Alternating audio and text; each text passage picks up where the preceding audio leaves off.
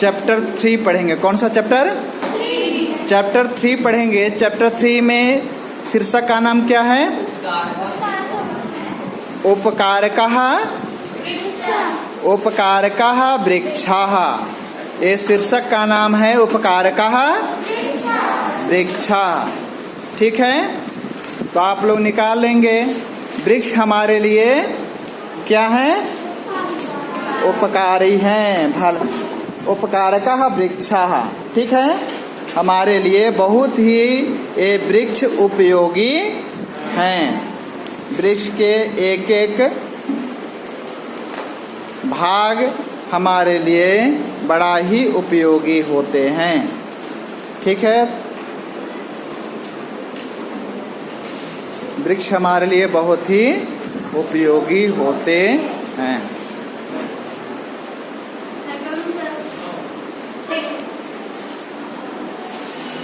चलिए आ जाइए। नमस्ते स्टूडेंट्स, आज हम पुनरावृत्ति पाठ में चैप्टर 3 तृतीयः पाठः शीर्षकस्य नाम वर्तते उपकारकः वृक्षः। शीर्षकस्य किं नाम अस्ति? उपकारकः वृक्षः। ये वृक्ष हमारे लिए बहुत ही उपकारी हैं, है ना। उपकारकः वृक्षः, ये हमारे लिए उपयोगी हैं, भला करते हैं। जितने हमारे सहयोगी मित्र जितना सहयोग नहीं कर पाते हैं, उससे ज़्यादा हमारे ये पेड़ पौधे मदद करते हैं। लेकिन इन पेड़ पौधों के प्रति हमारी रवैया दिन प्रतिदिन हम क्या करते जा रहे हैं? पेड़ों को काटते जा रहे हैं, जिससे अनेक समस्याएं उत्पन्न हो रही है। बहुत सारी समस्याएं उत्पन्न होती जा रही है। आप लोग जानते होंगे, उन समस्याओं से अवगत हो रहे हैं। अभी कोरोना के समय में ऑक्सीजन की कमी हुई ना। तो ऑक्सीजन की जो प्रकृति के द्वारा प्रदत्त है, जो पेड़ पौधे हमें ऑक्सीजन दे रहे हैं, वो तो बिल्कुल निःशुल्क है। लेकिन कृत्रिम तरीके से जो ऑक्सीजन बनाए जा रहे हैं, हम उसको दे रहे हैं और उसमें भी मानवता का हनन क्षरण हुआ। न जाने कितने पैसे ले करके भी ऑक्सीजन दिए गए, जिसकी कीमत 500 होना चाहिए, वो 5000, 10,000, 20,000 में मिल रहे थे। साथ में ऐसी भी स्थिति हो गई थी कि हमारे मरीज हमारे बीच के लोगों का सही समय से नहीं मिलने के कारण ऑक्सीजन उनकी मृत्यु हुई ना। कोरोना काल में आप लोग, ये बड़ा ही डरावना दृश्य था।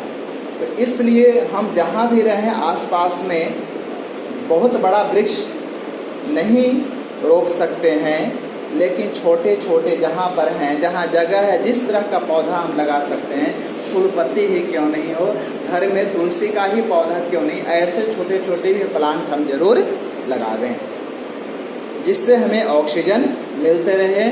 और बहुत सारे ऐसे पेड़ पौधे हैं जो औषधियाँ प्रदान करते हैं। तो स्टूडेंट्स, आप सब जानते हैं ये वृक्ष हमारे लिए बड़ा ही कैसे हैं?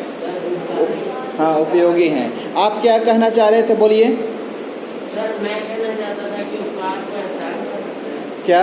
सर, उपकार को एहसान कर सकते हैं। उपकारकः वृक्षः। एहसान नहीं को बैठ जाइए। हमारे ऊपर वो एहसान नहीं कर रहे हैं, उनका स्वभाव है, नेचर में है। अब हम आपको कुछ मदद किया और एहसान जता दिए, वो भाव होता है। लेकिन ये वृक्ष हमारे लिए एहसान कभी नहीं जताए। प्रकृति जो नदियाँ जल दे रही है, मेघ बादल बरसा रहे हैं, ये कभी भी हमें नहीं एहसान करते हैं। हम काम करते हैं तो मुझे ऐसा बोध हो जाता है कि मैंने इसको मदद किया, ये मुझे बोध हो जाता है। ये प्रकृति का बोध नहीं होता, प्रकृति का नियम है। प्रकृति अपने संतुलन बनाए रखती है। तो ये पेड़ पौधे आप देख रहे हो इसमें एक मैं पेड़ का चित्र बनवाया हूँ और ये पेड़ हमें इन पेड़ों से मुझे क्या क्या प्राप्त होते हैं। पहला प्रश्न है एतेभ्यः वृक्षेभ्यः एते वृक्षा अस्मभ्यं किम किम यच्छन्ते। एते वृक्षाः अस्मभ्यं किम किम यच्छन्ति, ये सारे वृक्ष हमें क्या क्या देते हैं। एक एक नाम बताओगे ये मुझे क्या क्या प्रदान करते हैं। हाँ बोलिए, एक बोल करके बैठ जाना, दोबारा रिपीट नहीं होगा। बोलिए छायाम। एते वृक्षायाः अस्मभ्यं छायाम। हाँ फलानि पुष्पानि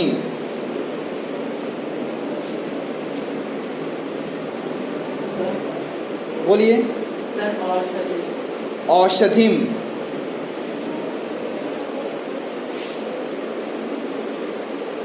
शाखा के हाँ स्वच्छ वायु यानी पेड़ पौधे के जितने भी अंग हैं एक एक अंग हमारे लिए उपयोगी हैं, है ना। एक एक अंग उपयोगी है। उस बहुत सारे ऐसे पेड़ पौधे हैं जिनके जड़ें काम आती है ना। जड़ का हम प्रयोग करते हैं, तना का प्रयोग करते हैं, शाखा का प्रयोग करते हैं, उसके पत्तों का उपयोग करते हैं। बहुत सारे पत्तों का काम आता है ना, पत्तों का उपयोग करते हैं। फल तो खाते ही हैं हम लोग, फूलों का प्रयोग भी करते हैं। फूल ऐसे कुछ हैं जो हम उससे खुशबू लेते हैं और कुछ ऐसे फूल हैं जो औषधियाँ भी देती हैं, औषधि हैं। हाँ कुछ ऐसे फूल हैं जो खाने का भी प्रयोग आता है, जैसे अगस्त का फूल है ना। हाँ अड़हुल का भी फूल है। कुछ ऐसे है जो मेडिसिन के रूप में, मैं बताया कि औषधि के रूप में भी प्रयोग होते हैं। तो बहुत सारे ऐसे, और ऐसा कोई भी घर नहीं है जिसमें वृक्ष से संबंधित कुछ न कुछ उसका उपयोग होता है। जैसे स्कूल में ही है तो बेंच है, डेस्क है, सारे ये लकड़ियाँ कहाँ से प्राप्त होती हैं, पेड़ से प्राप्त होते हैं। और छायाम अन्यस्य कुर्वन्ति, पेड़ जो हैं, पेड़ के नीचे जाते हो, हम चल रहे हैं थक जाते हैं, छाता लेना भूल जाते हैं, तो पेड़ के नीचे शुद्ध वायु और छाया भी मिल जाती है। और फलदार वृक्ष हैं तो खाने के पेट भरने के लिए भी मिल जाते हैं ना। ये पेड़ पौधे हमें बहुत, और बरसात के समय में नदियों में देखते होंगे कटाव, नदियों में कटाव होता है ना, मिट्टी का कटाव। तो नदियों में जो कटाव होता है, जो क्षरण होता है, वह इसके जड़ें बहुत मजबूत तरीके से पकड़े हुए रहता है, कटाव होने से रोका जाता है। इसलिए देखते हैं कि नदी किनारे बहुत सारे पेड़ पौधे, और एक खासियत और भी है कि नदी किनारे पेड़ पौधे बहुत तेजी से उगते हैं, है ना, बहुत तेजी से उगते हैं, बढ़ते हैं। नदी किनारे जहाँ जहाँ भी देखोगे हरियाली दोनों किनारे मिलते रहेंगे। तो ये पेड़ पौधे हमारे लिए बड़ा ही उपयोगी है। ऐसा हमारा भी उपयोगी जीवन होना चाहिए, है ना, दूसरों के काम आवे। ऐसा नहीं केवल हम अपने लिए जिएं। पेड़ पौधों का जीवन देखिए तो सारा जीवन ही उपकार को, यहाँ की उसका जैसे जड़, पेड़ पौधे आगे बढ़ते हैं, बढ़ने के बाद यदि हम मोटा हो जाता है, उसको लकड़ी काम करने के लिए तो हम काट लेते हैं, नहीं भी काटते हैं, यदि पेड़ पौधे सूख भी जाते हैं फिर भी वो हमारे लिए काम आ जाते हैं ना। तो ऐसे हमारे लिए पेड़ पौधे बड़ा ही उपयोगी हैं। तो अब देखोगे जो आपके पाठ में दिए गए हैं, उपकारकः वृक्षाः, उपकारकः वृक्षा, तो है वृक्षाः अस्माकं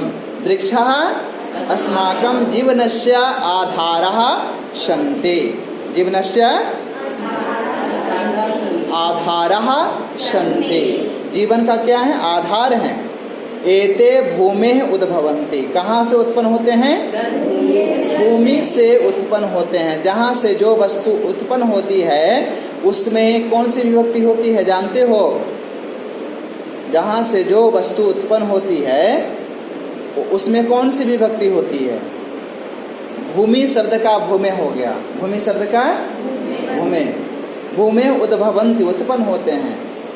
जहाँ से जो वस्तु उत्पन्न होती है उसमें पंचमी विभक्ति होती है। वहाँ कौन सी विभक्ति होती है? पंचमी विभक्ति होती है, जहाँ से जो वस्तु उत्पन्न है। एतेषां मूलानि, एतेषां अर्थात एतेषां वृक्षाणाम। नए चीज आते हैं तो आप नोट भी करते चलोगे, ठीक है? एतेषां मूलानि यानी एतेषां वृक्षाणाम मूलानि, मूलानि यानी ये जड़ जो हैं, पृथिव्याम ततानि भवन्ते। पृथ्वी, पृथ्वी शब्द है पृथ्वी का, पृथिव्याम पृथ्वी में दूर दूर तक फैले हुए रहते हैं। आप लोग देखते हैं पेड़ की जड़ें बहुत दूर तक चली जाती है ना। पृथिव्याम ततानि भवन्ति। मूलानाम उपरिष्टात् वृक्षस्य प्रकांडः भवति। ये यदि जड़ है तो जड़ के बाद इसका नाम प्रकांडः, क्या कहते हैं? ये प्रकांडा हो गया, जिसको हम बोलते हैं तना। क्या बोलते हैं? तना। ये तना संस्कृत नाम प्रकांडा हो गया। मूला नाम ऊपरी। ऊपरी के योग में कौन सी व्यक्ति हो जाती है? ऊपरी के योग में मूला नाम ऊपरी, षष्ठी विभक्ति। कौन सी विभक्ति? मूला नाम वृक्षस्य प्रकांडा भवति। ये प्रकांड होता है, तना होता है, ठीक है? प्रकांडात् शाखा उद्भवन्ति, और ये तनों से मोटी मोटी शाखाएं उत्पन्न होती है, अलग अलग तनाएं निकलती है। चलिए स्टूडेंट्स, तब तक आप रीडिंग आराध्या करो।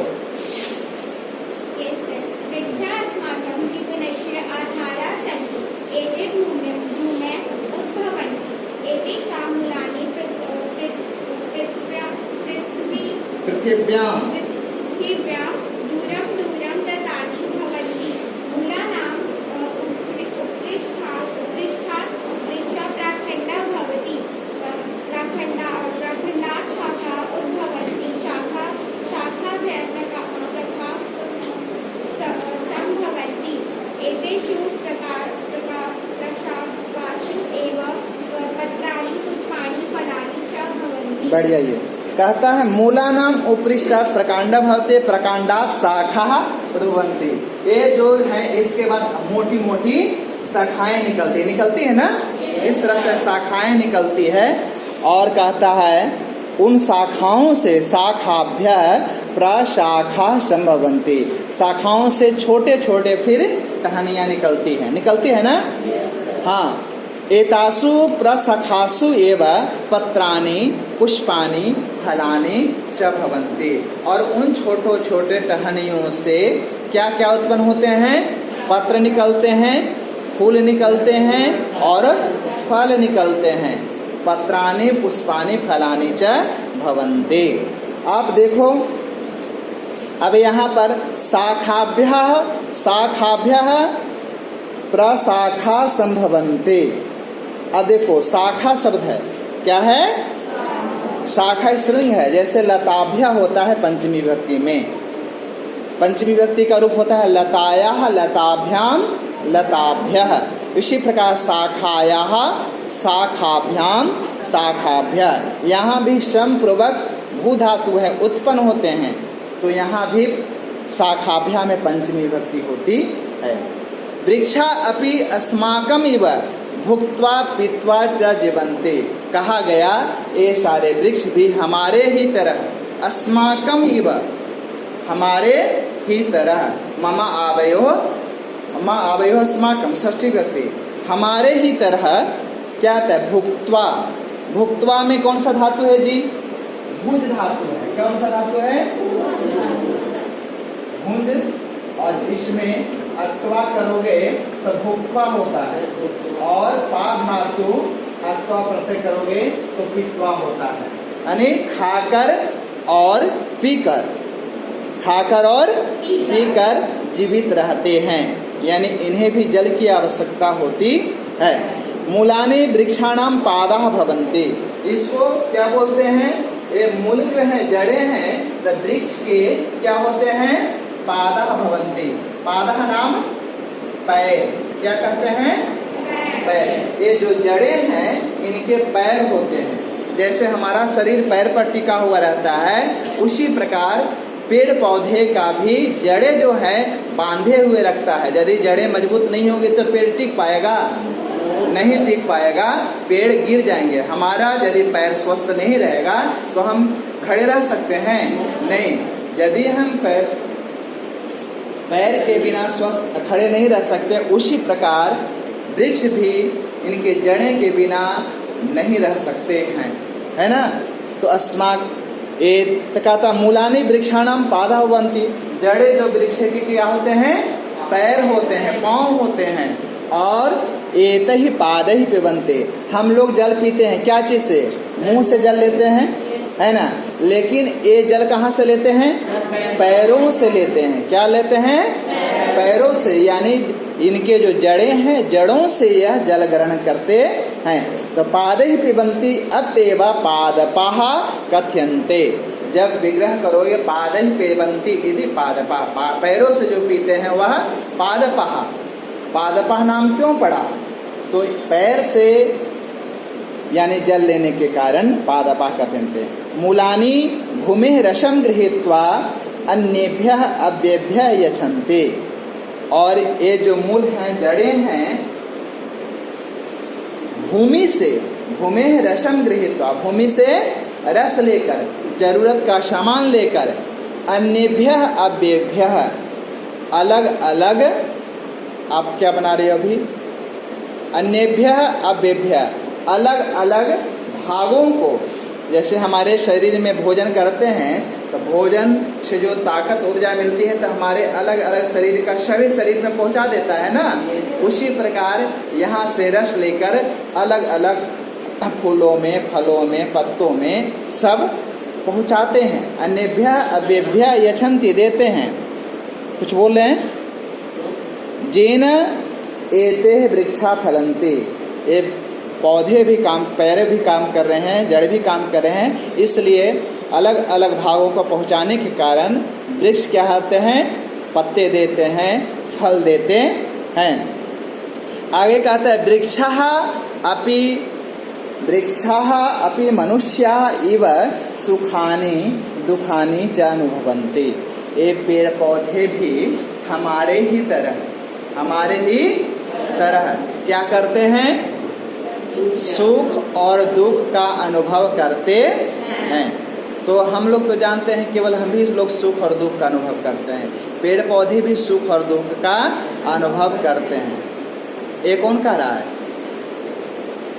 हमारे वैज्ञानिक कह रहे हैं। वैज्ञानिकों का ऐसा रिसर्च है जहाँ पर ऐसा भी देखा जाता है कि मधुर स्वर निकलते रहता है, वहाँ भी पत्ते, फूल, पौधे झूमने लगते हैं। तो ये फूल पत्तों का भी इस तरह का प्रतिक्रिया होती है। तो सुख और दुख का अनुभव करते हैं। आप लोग सुख और दुख का तो अनुभव करते ही हैं। यदि प्यार से आपको बोला जाता है, बड़ाई की जाती है, तो आपका मन खुश हो जाता है। लेकिन आपको डांट कर बोला जाता है तो क्या होता है? और मम्मी की डांट हमेशा तो मिलती ही रहती होगी। सबसे ज़्यादा लॉकडाउन में डांट यदि किसी की मिली है तो मम्मी की डांट है।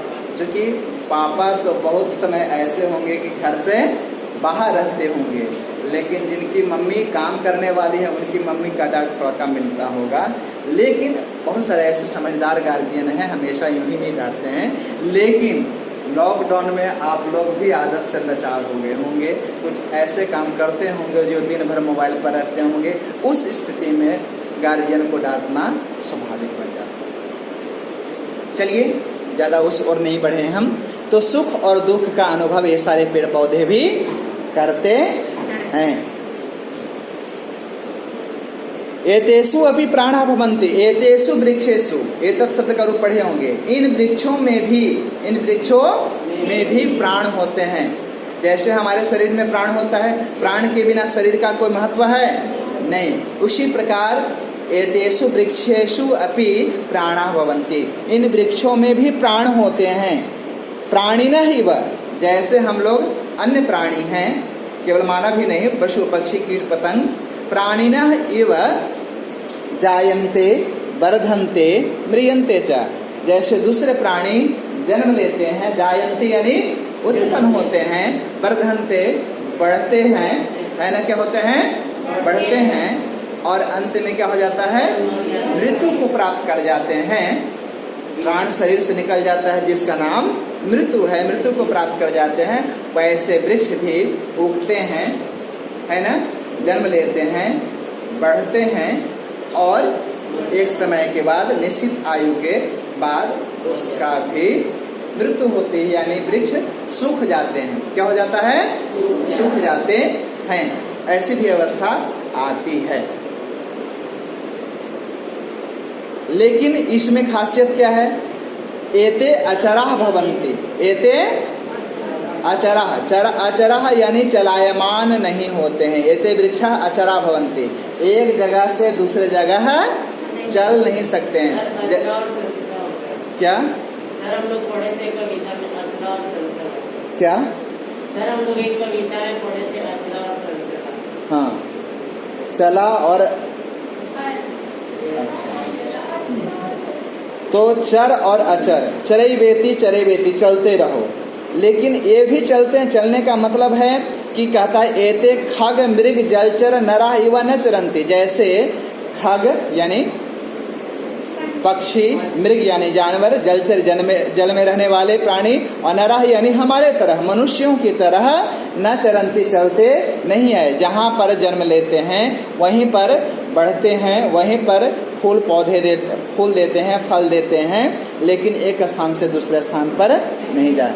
तो कहता वृक्षाणाम बहवः भेदा भवन्ति, वृक्षों के बहुत सारे प्रजातियां हैं, अलग अलग तरह के वृक्ष होते हैं। बहवः भेदा एतेषु वृक्षेषु केचित् फल वृक्षा सन्ति, इन वृक्षों में केवल कुछ ऐसे वृक्ष हैं जो फल देते हैं। क्या देते हैं, फल देते हैं।